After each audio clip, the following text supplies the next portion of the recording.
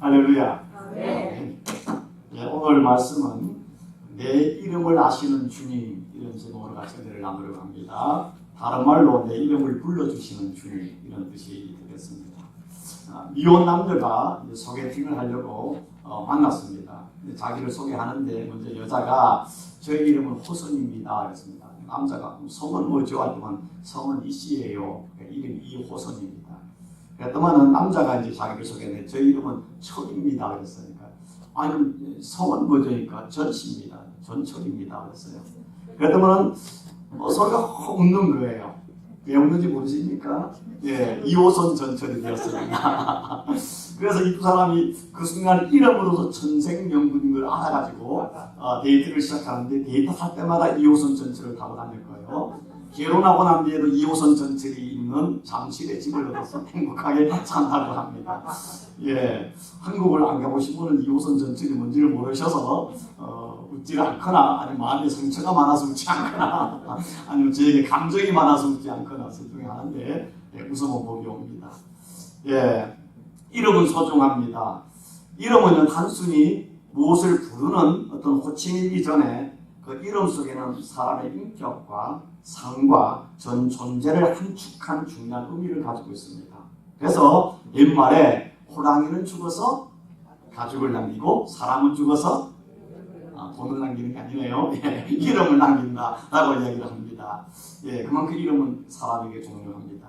오늘 말씀 삭개오의 이야기는 교회 어린이 주일학교 다니는 아이들도 너무나 잘 아는 이야기입니다. 예수님께서 3년 동안 공생애를 삶을 사시다가 이제 마지막 유월절을 맞이해서 예루살렘의 제자들과 함께 올라가고 있었습니다. 예수님이 올라가시는 이유는 이 마지막 유월절은 예루살렘 올라가서 대제사장들과 서기관들과 그곳에 있는 유대 종교 지도자들에게 잡혀서 십자가에 죽으러 올라가는 것입니다. 죽으러 올라갔는데 예수님이 올라가기 전에 마지막 이제 그 유대 강야에 그 이제 골짜기가 있는데 골짜기 올라가기 전에 그 예루살렘에서 동쪽으로 한 23km 밑에 보면은 그곳에 유명한 여리고 마을이라는 곳이 있습니다. 여리고 마을은 그 팔레스타인에서 가장 오래된 도시이면서 교통의 육춘지이고 아주 중요한 풍요한 자원이 많고 부유한 도시였습니다. 그곳을 예수님이 지나간다는 소리를 듣고 수많은 사람들이 예수님을 보기 위해서 마을 사람들이 거리로 이렇게 나왔습니다. 마을의 거리가 인산인해가 이루어졌습니다. 그런데 그 소리가 그 여리고성의 세무서의 세무서장인 세리장이었던 삭개오도 들었습니다. 삭개오도 예수님의 소문을 이전에 들었기 때문에 궁금해가지고 예수님을 보고 싶어서 이제 그 세무소에서 나와가지고 길거리를 나가서 예수를 보러 갔는데 이미 사람들이 길거리에 가득 차 있고 또 인산인해를 이루고 있고 그런데 또 이 세리는 키가 작았기 때문에 도저히 예수를 볼 수가 없는 거예요. 가까이 갈 수가 없는 겁니다. 특별히 세리로서 마을 사람들이 싫어하는 사람이니까 이 삭개오가 지나가려고 하면 길을 비켜주는 것이 아니라 돌에 길을 막고 불락을 시키는 겁니다. 그래가지고 도저히 예수님을 볼 수가 없어서 이 삭개오가 할 수 있는 게 뭔가 하면은 이제 그 길가에는 가로수로 있는 우리 개역 성경에는 뽕나무라고 되어 있는데 오늘 새 개역 개정에는 돌감람나무라고 해요. 돌무화과나무가 있습니다. 이 두 개가 똑같은 원어가 똑같은 말이기 때문에 번역을 하는데 뽕나무로 하면 우리는 좀 이해가 쉽지만은 원어상으로 보면은 그 유대 지역으로만 돌무화과나무가 왔습니다. 그러니까 돌무화과나무가 있어서 그 무화과나무 위에 올라갔습니다. 근데 무화과나무 이렇게 나무로는 별 볼 일 없지요. 모양도 없는데 어린 아이들이 올라가서 보고 있는 그곳에 어른인 삭개오가 올라갔습니다. 올라가니까 아이들이 막 웃는 거죠. 아이고 저 아저씨가 무화과나무에 올라왔네 라고 이제 조롱을 하는데 예수님이 그곳을 지나가시다가 그 삭개오가 있는 그 나무 밑에서 멈추어 서서 그 삭개오를 바라보면서 삭개오가 내려와라. 내가 오늘 너희 집에서 유하야겠다. 그 소리를 듣는 순간에 삭개오는 정말로 너무나 기뻐서 마치 다람쥐가 내려오는 것처럼 속히 내려와가지고 예수님과 제자들을 자기 집에 모시고 가서 그리고 음식을 대접하고 그곳에 대화를 나누게 되었습니다. 그런데 그 순간에 삭개오가 감동이 되어서 어떤 이야기를 하는가 하면 폭탄 선언을 합니다. 주님, 내 재산의 반을 팔아서 가난한 사람을 나눠주겠습니다. 그리고 내가 세리로서 다른 사람의 돈을 도둑질하고 토색한 것이 있으면은 내가 4배나 갚겠습니다. 그 소리를 듣는 순간에 가장 가슴이 철렁했던 사람들은 아마도 가족일 것입니다. 반을 팔아서 가난한 사람 주고 4배로 보상을 하면 자기 재산 다 나가는 겁니다. 그리고 그걸 듣는 옆에 있던 제자들과 또 다른 세리들도 깜짝 놀랐을 것입니다. 아마도 옆에 있는 사람들은 저 삭개오가 예수님이 오셔서 너무 기분이 좋아가지고 포도주를 많이 먹어가지고 술이 취해가지고 헛소리를 하는 거다 라고 착각을 했을지도 모르겠습니다. 여러분, 아마 이 세리의 돈이 재산이 얼마 정도 될 거겠습니까? 오늘날로 환산하면 여리고를 오늘날 말하면 미국으로 좀 하면 한 중형 도시 정도 사이즈로 보면 됩니다. 오늘날 2000년 지나 오늘날 하면은. 근데 그 마을에서 가장 돈 많은 부자 중에 한 사람이다 하면은 아마도 최소한 그 재산이 오늘날로 환산하면은 그 재산은 몇천만 불 되지 않을까. 근데 몇천만 불 되는 그 돈을 중에 반을 3천만 불을 하면은 1,500만 불을 도네이션하고 나머지 1,500만 불은 그동안 자기의 세리로 다른 사람의 돈을 토색했던 걸 다 4배로 갚으면은 결국 이 사람 뭐 거의 알거지 되는 거죠. 알거지 되는 거 아니겠습니까? 자, 제가 오늘 이 말씀 속에서 도대체 이 삭개오가 주님과 만나서 어떠한 마음의 변화가 있고 감동이 있었길래 이 엄청난 돈을 자기가 가난한 자를 주고 토색한 걸 자기가 4배로 갚겠다고 이런 선언들을 할 수 있겠습니까? 여러분, 수많은 인간들이요, 사람들이 죽는 순간까지 끝까지 붙잡는 게 뭔지 아십니까? 뭐 같습니까? 돈입니다, 돈. 예. 죽는 순간까지도요, 돈 하다가 돌아서 죽는 게 인생입니다. 대부분의 사람들. 인간은 돈에 대한 그 욕망, 끝없는 그 소유욕은요, 이거는요, 하나님보다 더 무섭습니다. 인간의 그 욕심은 하나님보다 돈을 더 사랑합니다. 심지어는 교회를 나오는 수많은 사람들요, 정직하게 우리 모습을 영적 엑스레이를 찍어보면은 하나님 사랑하는 그 포션보다 돈을 사랑하는 게 훨씬 강합니다. 그래서 예수도 그랬잖아요. 너희가 하나님과 돈을 물질을 겸하여 섬길 수 없다고. 겸하여 섬길 수 없다고 이야기했습니다. 오늘날 그렇지 않습니까? 뭐니 해도 머니가 최고라고. 뭐니 해도 머니가 최고라고. 얼마나 심지어는 평생을 개척교회부터 가난과 싸우면서 목회를 하면서 교회를 읽어도 훌륭한 목사님들. 제가 오지인 선교제에 가서 선교하면서 그 선교에 업적을 남긴 선교사님들 중에도요, 그리 훌륭한 사역을 하고 업적을 남기신 목사님이나 선교사님이요, 마지막에 은퇴하면서 돈 때문에 허물어지는 경우가 얼마나 많은지 모릅니다. 얼마나 많은지 모릅니다. 여러분, 그 돌킨스라는 사람이 쓴 그 유명한 판타지 소설인 그 반지의 제왕이라는 소설, 아니 영화도 나왔지요. The Lord of the Rings라는 그것을 보신 분들이 많이 있을 것입니다. 그 영화를 통해서 돌킨스가 우리에게 주는 여러 가지 메시지가 있는데 영적이죠. 거기에 보면 그 반지, 그 절대 반지죠. 그 반지를 소유한 자는 절대의 권력을 가집니다. 세상을 지배하는 힘이 있는 것입니다. 그 반지를 가지고 싸움이 시작되는 것이죠. 영적 싸움인 것입니다. 근데 거기에 보면 골룸이라는 존재가 나오지 않습니까? 이 골룸이 마지막에 그 이제 그 주인공이 누구죠? 이름이 갑자기 생각나는 주인공이?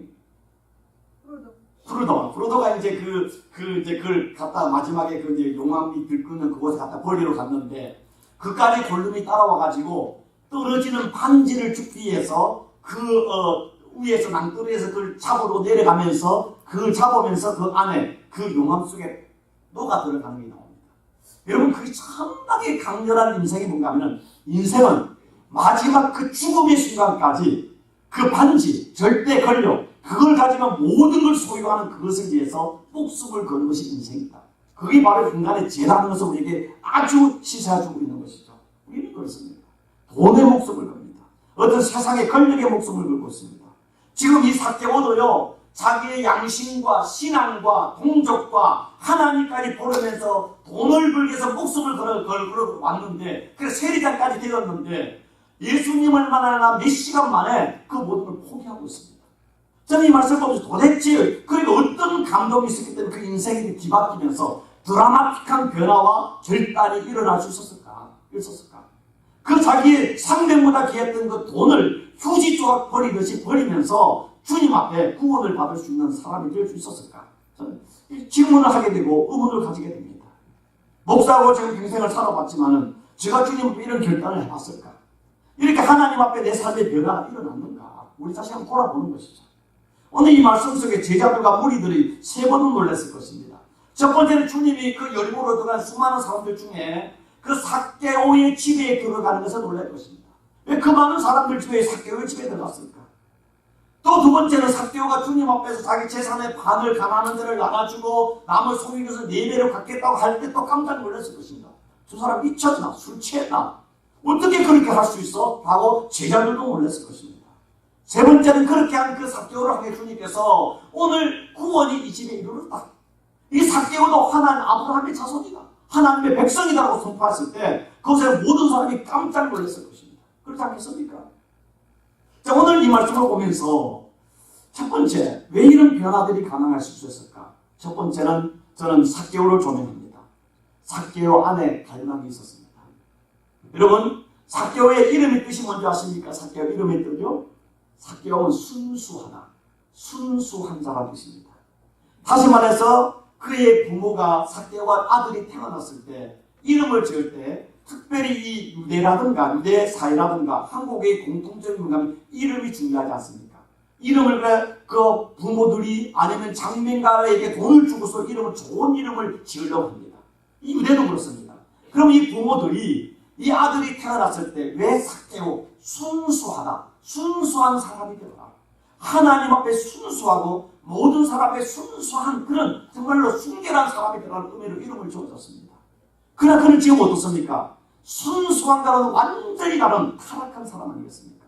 그런데 오늘 성경에 보니까 이 삭개오는 세리장이요 부자였더라. 세리장이면 권력이 엄청 세무서장이 얼마나 대단합니까? 세무서장. 여러분 예전에 저희 사촌 중에도 부산 국세청에 아주 그 고급 중직에 있는 사람이 있었는데 돈은 잘 벌더라고요. 이분은 그래 다른 사람보다 훨씬 청렴 결백하다고 하는데도요. 이분 나중에 은퇴하고 나니까 빌딩이 한 2채 있더라고요. 예. 그리고 세무서에 그런 어떤 뭐 한 세컨드 랭킹 정도 됐는데 뭐 집에 모든 가구들이 계절마다 바뀌어요. 그렇게 하지 말라고 와가지고 다 바꿔가요. 예, 바꿔갑니다. 옛날에 얼마나 국세청이 파워가 좋습니까? 지금 세리장이 그렇게 파워가 있는 겁니다. 파워가 있지요. 돈이 생기지요. 그는 부자였는데 그 다음에 오늘 말씀에 그는 키가 작다. 키가 작다. 여러분 여기서 성경은 압축과 생각인데 키가 작다는 것은 육체적으로 단순히 키가 작다는 의미만 있는 건 아닙니다. 그럼 다른 사람을 이야기해도 그 사람 키가 몇 센치였더라 키가 크더라 다 이야기해야 되지 않겠습니까? 왜 키가 작다는 이 말의 의미에는 단순히 육체적 키가 작음이 아니라 그 말이 내포하는 영적 의미가 있습니다. 그것이 우리에게 주시는 영적 메시지가 있습니다. 다른 말로 삭개오가 태어났을 때 바로 그곳은 로마의 식민지였습니다. 모두가 가난했습니다. 심지어는 로마 식민지였을 때 예루살렘에서 실업자가 50%였습니다. 그때는 강도 만난 비유들이 많이 나오잖아요. 그런 비유 왜냐하면 그때는 너무 가난하고 빚졌기 때문에 사람들이 야방 도주를 하고 그 한 끼 식사를 해서 강도들이 많았습니다. 도둑들이 많았던 시대였습니다. 그런데 이 삭개오 집도 가난했던 거예요. 태어났지만은 먹을 것이 없습니다. 별 볼일 없는 가문에다가 경제적으로도 안 좋죠. 키도 적죠. 그러다 보니까 이 아이는 어려서부터 마음속에 꿈은 있었지만 꿈을 이룰 수 있는 능력과 환경과 감과 여건이 되지 않는 거예요. 그러니까 언제나 그 마음속에 뭐겠습니까? 열등감이 있는 겁니다. 치는 겁니다. 꿈을 이루지 못하면서 오는 어떤 자존감이 낮아지고 세상에 대한 원망과 불평이 많아지는 것이죠. 친구들과 같이 놀면서 친구들이 키가 작다고 놀리면서 그 다음에 많은 분위기 있는 겁니다. 그러면서 마음속에 뭡니까? 그 친구들에 대한 원망과 복수심이 있지 않겠습니까? 그러면서 야 우리 집도 가난하고 가문도 안 좋고 식민지 백성이 키도 작고 나는 아무것도 할 능력이 없는데 그러면서 마음속에 자기를 증명하고 싶은 겁니다. 성공하고 싶은 것입니다. 돈을 가지면 사람들이 나를 무시하지 않겠지. 내가 권력을 가지면 나를 전혀 무시하고 왕따하겠다는 친구들이 나를 함부로 대하지 않겠지. 그러면서 그는 그 부모가 지어준 순수하다는 이름을 버리고 그는 로마의 앞잡이가 되어서 로마의 황제에게 충성을 하면서 수단과 방법을 가르지 않고 세리로서 열심히 세금을 걷어서 로마 관료들에게 로마 황제에게 바치는 겁니다. 그것이 얼마나 잘했는지 마침내 여리고성의 세무서장까지 되었어요. 대단한 빛이 올라가고 마을의 최고의 부자가 되었습니다. 그런데 문제가 뭔가 하면은 이렇게 돈이 많고 좋은 집을 가지고 맛있는 음식을 먹고 권력을 가지는 사람들이 자기를 무시하지 않고 자기를 존경하고 자기가 인정받고 행복할 줄 알았는데, 좋은 큰 집에 살고 산의 진미를 먹는데, 그런데 그 마음에 행복이 없는 거예요. 만족이 없는 거예요. 인간 강제의 모든 사람이 자기 앞에서 머리를 굽신거리지만 뒤를 돌아서는 저놈은 내공이고 흡혈기고 도둑놈이고 하고 욕하는 사람이 있었지만 아무도 친구가 없는 거예요. 중년이 되면서 마음속에 맛있는 음식을 먹어도 밥맛이 없고, 좋은 침대에 잠을 자도 깊은 잠을 자지 못하고 악몽만 꾸고, 방거리에 혼자 다니면 언제나 불안한 겁니다. 누군가가 자기를 테러할까봐 혼자 다닐 수가 없는 거죠. 불안한 겁니다. 집안도 담을 높게 싸고 대문을 몇 개를 만들고 경비병을 세우자면 잠을 잘 수 없는 거예요. 아무도 친구가 없는 이름은 고독한 삶을 사는 것입니다. 그러면서 생각했더니, 내가 키가 작고 가난해서 무시했기 때문에 내가 성공하면 사람들이 나를 인정해 줄 거라 했는데, 성공하고 나니까 도리어 차라리 어렸을 때 키 작아서 놀림을 받으면서 친구들과 놀던 시간들이 더 그리워지는 겁니다. 그때가 좋았는데. 여러분, 한국 영화 중에 최근에 나온 버닝이라는 영화가 있습니다. 프랑스 칸 영화제에서 황금 종려상을 받을 걸 예상했는데 받지를 못했는데요. 이창동 감독이 만든 버닝이라는 영화가 있습니다. 요즘 영화들이 그 예술적인 영화를 보면은 상당히 영적으로 좀 암울하고 영세적입니다. 그런데 그게 오늘날 어떤 문화를 보여주는데, 저는 그 영화를 보면서 상당히 인상적인 하나의 대사가 있었습니다. 그 여자 주인공이 햄이라는 여자가 있는데, 아프리카를 여행하고 와가지고 하는 말이 있습니까? 하는 말에 이런 말이 있습니까? 아프리카 부시족, 이거 부시족이라는 알고 있잖아요. 부시족에게는 니를 헝거가 있고 그레이트 헝거가 있다. 니를 헝거, 작은 헝거, 굶주린 자, 그레이트, 크게 굶주린 자가 있다라는 말을 합니다. 니를 헝거는 배가 고픈 육체적으로 배가 고픈 사람을 니를 헝거라 말하고, 그레이트 헝거는 삶의 의미에 목말라서 삶의 정신적인 갈증을 느끼는 사람을 그레이트 헝거라고 한다. 그런데 니를 헝거, 배고픈 사람들이 그 배고픔의 단계를 넘어서서 영혼에 대한 삶의 진실을 추구하는 그레이트 헝거로 변화되어 간다 하는 말을 합니다. 참 의미 있는 말입니다. 저는 이 말을 보는 가운데 세속영화지만 음적으로 대입을 하는 겁니다. 예수님께서 뭐라고 말씀하십니까? 누가복음에서는 그 팔복을 말할 때 가난한 자는 복이 있나니 그랬습니다. 그거는 현실적 경제적 가난입니다. 그런데 마태복음에 와서는 마태는 그것을 심령이 가난한 자, 다시 말해서 그냥 가난한 자는 니를 한 겁니다. 그럼 우리가 돈이 많든 적든 내가 살아가는 삶의 의미가 무엇인가? 어떻게 살아가야 참 행복인가? 어떻게 살아야 참된 삶인가를 걱정하고 고민하고 갈망하는 건 그레이트 헝거, 이대한 헝거라는 것입니다. 정말 참 우리가 인생에 갈망하는 의에 줄이고 목마른 자인 것이죠. 왜 교회를 나오는 것입니까? 여러분, 교회 나오면 떡이 나옵니까? 돈이 나옵니까? 교회를 나오는 것은 세상이 줄 수 없는 하나님만이 주시는 그 심령의 평안과 구원과 진리를 알기 위한 그레이트 헝거, 심령이 가난해서 나오는 거 아니겠습니까? 지금 이 삭개오는 돈도 있습니다. 좋은 집도 있습니다. 부자입니다. 권력을 가졌지만은 그는 그 순간에 느끼는 것은 니를 헝거가 아니라 그레이트 헝거. 야, 내 삶에 진짜 행복이 어디 있는가? 그런 고민과 갈등과 방황과 우울과 불면의 밤을 지나고 있을 때에 어느 날 예수님의 소문을 듣는 가운데 마음속에 나도 예수님 한번 만나봐야 되겠다. 예수님을 만나야 좀 내 인생에 뭔가 희망이 있겠다는 마음으로 그렇게 갈망하고 있는데, 어느 날 예수님이 그 마을에 온다는 소리를 듣고 예수를 만나러 나갔지만 사람이 많고 키가 작고 아무도 그를 배려해 주셔서 배려해 주지 않기 때문에 예수를 만날 수가 없었습니다.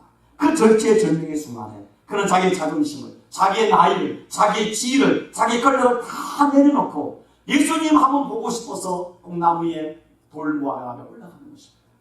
이름이 무엇입니까? 나의 자존심, 나의 나이, 나의 직위, 나의 어떤 그 모습을 다 내려놓고 주님을 만나기 위해서 나무에 올라가는 겁니다. 마태복음 11장 12절에 예수님이 뭐라고 이야기하고 있습니까? 천국에 대해서 세례 요한 때부터 지금까지 천국은 침노를 당하나니 침노하는 자가 빼앗는다.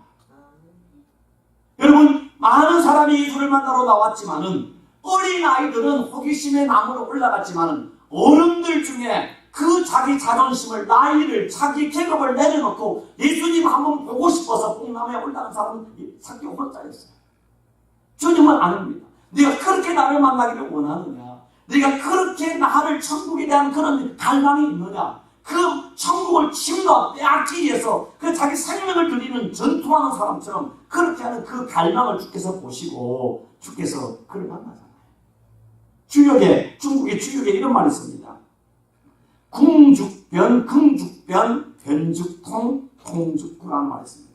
우리가 궁하면, 우리가 인생에 정말로 갈급한 상황이 되면 사람은 변화가 일어난다는 것입니다. 변하지 않고는 살 수 없는 초이스가 없기 때문에 변하게 되면 통하게 되고 통하게 되면 영원한 것을 추구할 수가 있습니다. 이 말을 다르게 줄이면 긍죽구입니다.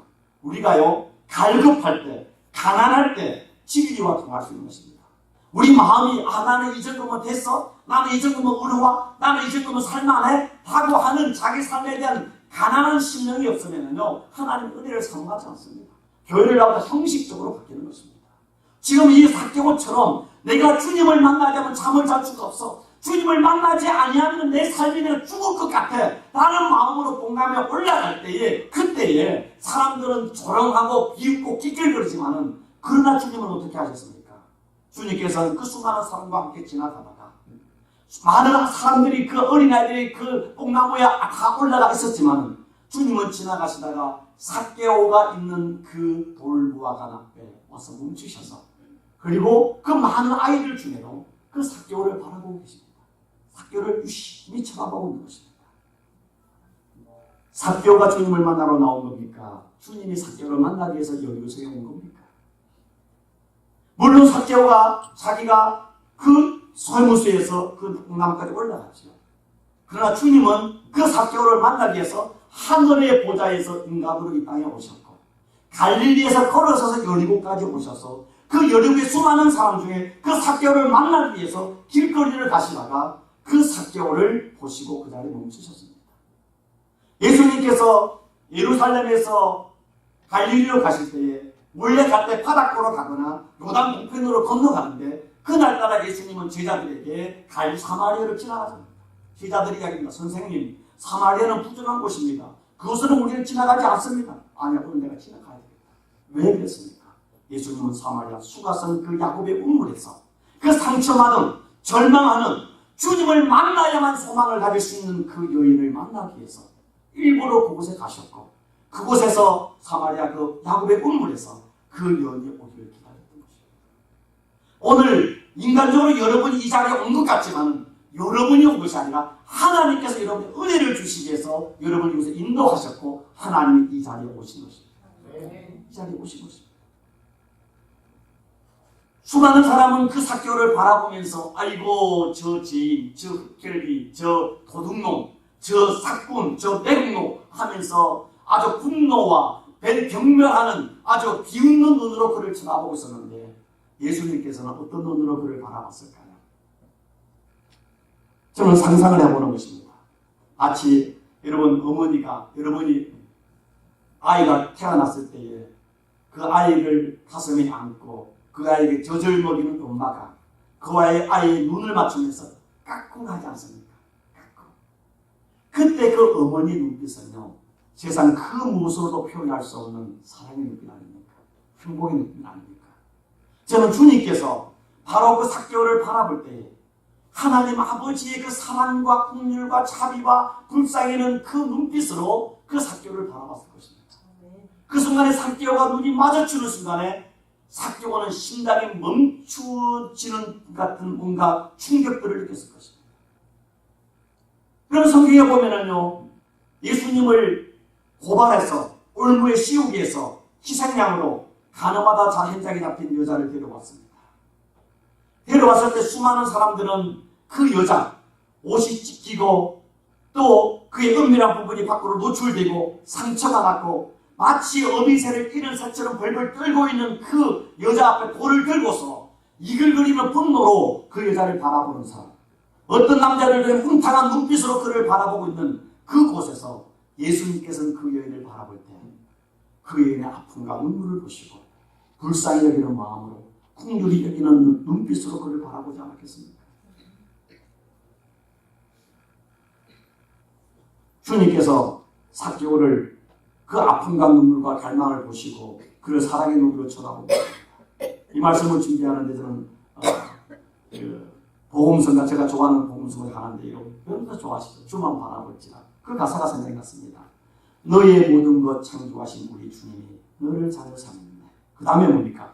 하나님 사랑의 눈으로 너를 어느 때나 바라보시고 너를 어느 때나 하나님은 사랑의 눈으로 어미가 자식을 그 아이를 바라보는 그 사랑의 눈으로 우리를 보는데 어느 때나 언제 내가 연약할 때 내가 상처받을 때 내가 열등감으로 죄책감으로 쓰러져 죽고 싶을 때 세상 사람들이 우리를 향해 손가락질할 때 우리 주님은 사랑의 눈으로 우리를 쳐다보고 있습니다.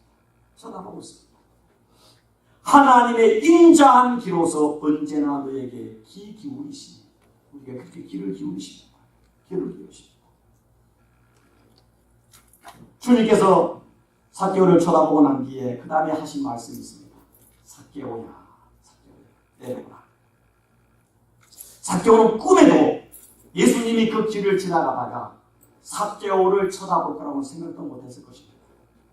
삭개오는 꿈에도 예수님께서 삭개오의 이름을 기억하고 이름을 알고 그 이름을 불러줄 것이라고 상상해본 적도 없을 것입니다. 꿈에도.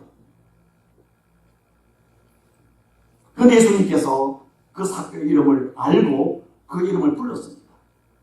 여러분 돌아가신 한국의 시인 중에 김춘수님이라는 시인이 있습니다. 이건 시인이란 크리스찬이었습니다. 그분의 시 중에 대표적으로 유명한 시가 꽃이라는 시를 여러분 아실 겁니다. 내가 그의 이름을 불러주기 전에는 그는 다만 하나의 몸짓에 지나지 않았다. 내가 그의 이름을 불러주었을 때 그는 나에게로 와서 꽃이 되었다.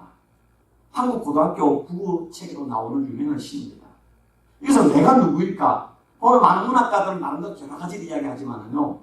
저는 이 김춘수님의 마음속에 들어가 보지 않았지만 이건 크리스찬이었기 때문에 그가 이선 내라는 이 내가 너의 이름을 든 내가 누굴까? 저는 하나님을 생각합니다. 하나님이 우리 이름을 불러주기 전에는 우리는 하나의 몸짓에 불과합니다. 하나님이 우리 이름을 아시고 우리 이름을 불러주실 때 그때 우리는 비로소 구원을 받으며 하나님의 자녀가 되는 거 아니겠습니까? 데살로니가전서 5장 24절에 너희를 부르시는 이는 누굽니까? 너희를 부르시는 하나님은 미쁘시니 그가 또한 이루시리라. 하나님이 우리 이름을 부르실까는 우리 이름을 그냥 부르는 것이 아니라 내가 너를 내 자녀 삼았다.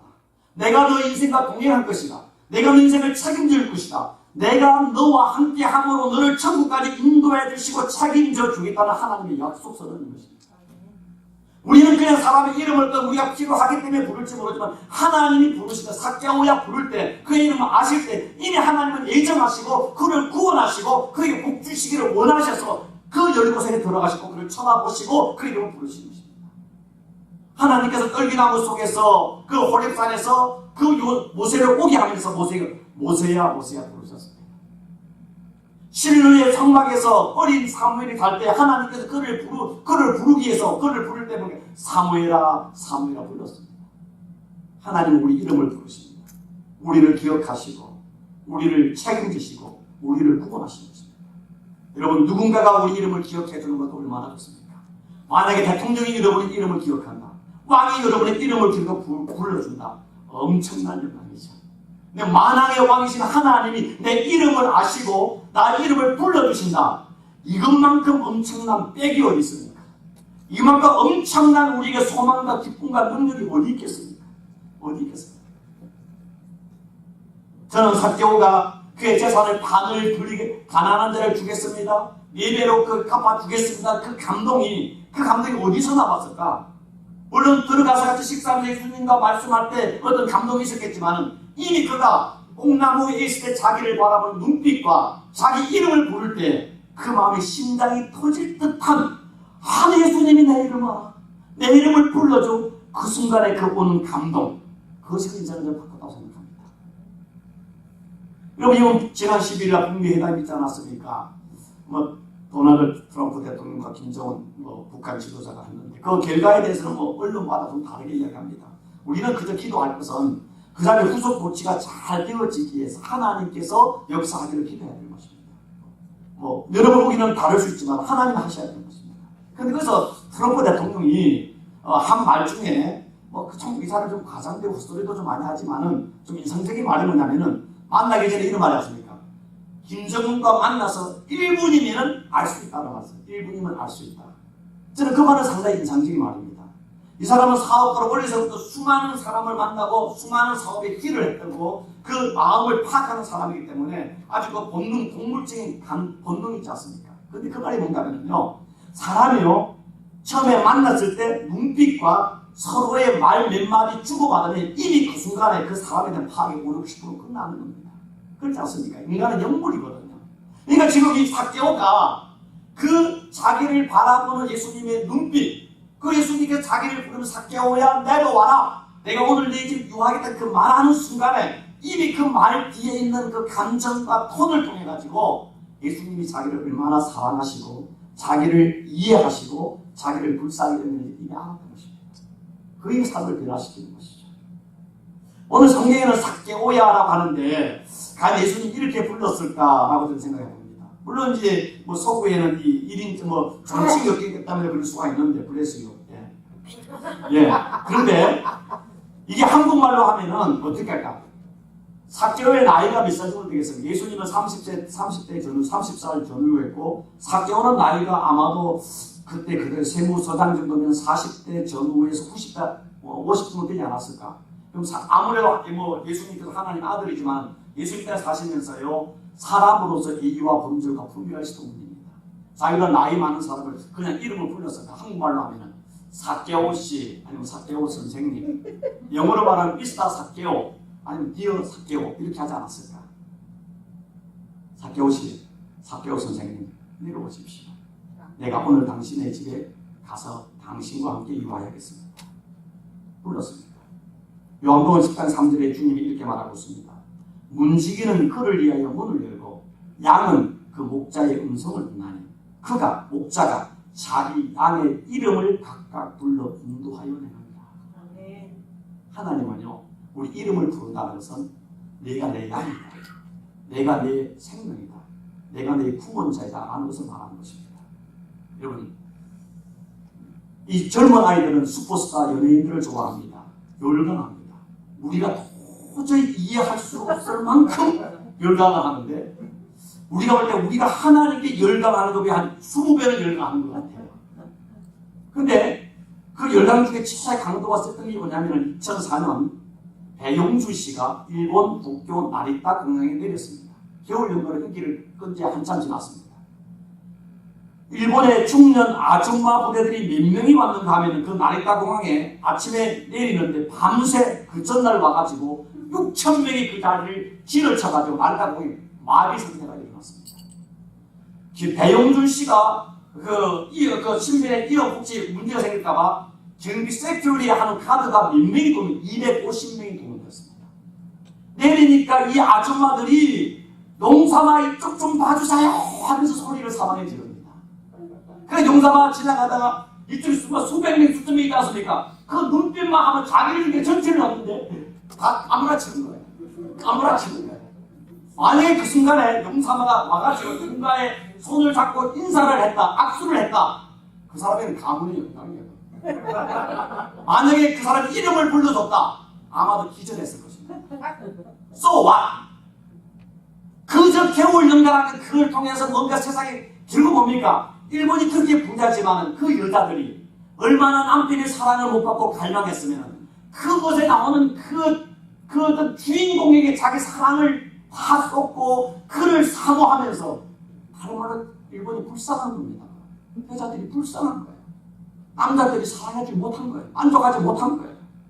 마치 이 지금 삭개오가 돈이 많고 권력이 많지만은 여전히 그가 인생의 갈증을 느끼고 배고프고 가난했던 것처럼 누구를 만나야 됩니까? 슈퍼스타인 예수님의 눈빛과 마주쳐야 됩니다. 예수님이 우리 이름을 불러주셔야만 하는 것입니다.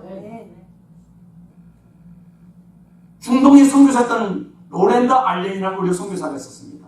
이분은 어느 부족들에게 가서 치료를 해주면은 그들의 언어가 있는데 그들의 언어로 말하는 게 뭐냐면은 한국말로 하면 내가 당신의 이름을 말하겠습니다. 이름 말로 이야기를 해. 공주주면 I will tell your name.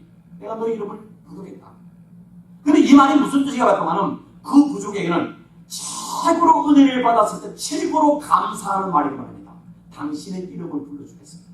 당신의 이름을 부르겠습니다. 당신의 이름을 기억하겠습니다. 이것이 최고의 감사의 표시고 최고의 존중의 표시입니다. 하나님이 우리를 하는 최고의 사랑이 뭔지 아십니까? 하나님이 우리 이름을 불러주는 겁니다. 하나님이 우리 이름을 기억하는 것입니다. 마지막 하나님 앞에 갔을 때 하나님의 생명책에 우리 이름이 없다면, 하나님이 우리 이름을 부르지 않는다면 우리 인생 끝나는 겁니다. 세상을 종친 겁니다.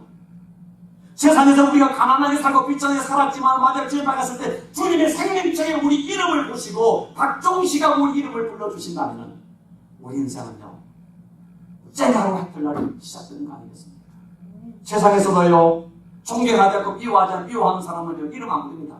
그 자식, 무슨 새끼, 나쁜 놈, 죽일 놈, 미친놈, 뭐뭐한 놈, 다 그런 말이죠. 이름 안 불러요.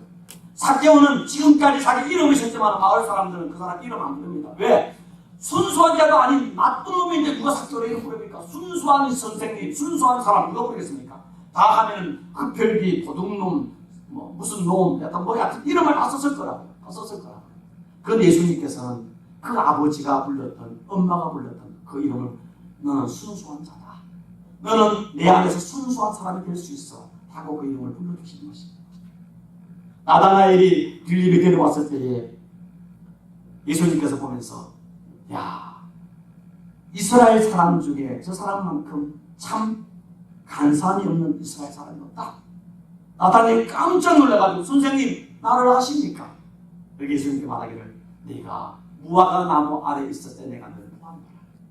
그 말은 단순히 무화과 나무 지나갈 때 봤다는 것이 아니라 네가 무화과 나무 아래에서 어떤 생각을 가지고 있었고 어떤 기도를 하고 어떤 두려움이 있었고 어떤 마음의 상처와 아픔이 있는지 표정 속에 내가 다 읽었다. 내가 너 이름을 안다. 내가 네 아픔을 안다는 것 아니겠습니까? 그 말을 듣는 순간에 나다나엘은 빌립을 찾아오면서 야 갈릴리에서 무슨 사람이 나오겠느냐 그러고 그냥 왔는데 그 말 앞에 무릎을 꿇고 주님을 따르는 제자 바돌로메 이 나다나엘입니다. 제자가 되지 않습니까?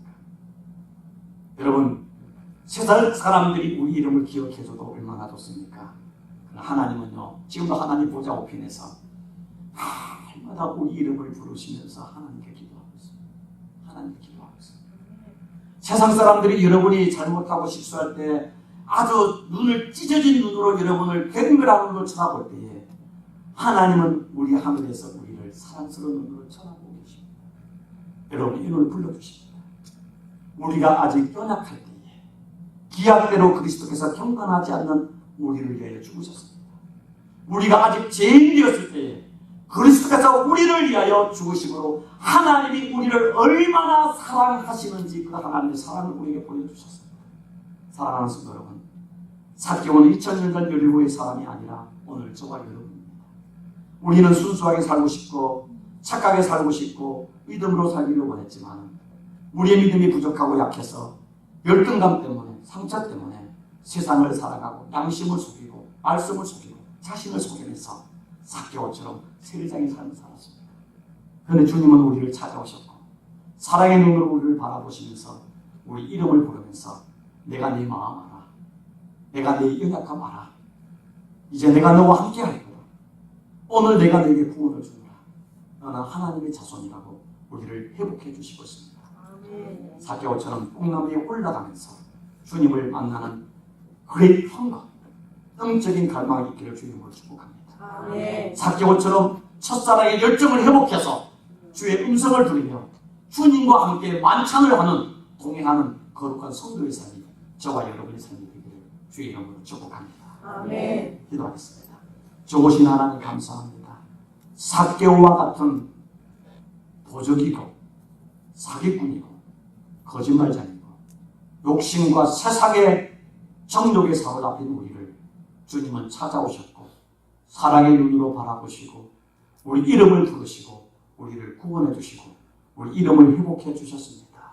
하나님, 그 하나님의 눈빛, 그 하나님의 그 부르시는 사랑의 음성 앞에 무릎을 꿇게 하시고 뽕나무에 올라가게 하시고 그의 통로로서 하나님이 주시는 그 은혜와 하나님이 주시는 하나님의 그 은혜의 은을 가지고 오늘도 믿음으로 살아가는 하나님과 동행하는 복된 성도되는 은혜와 회복을 더하여 주옵소서.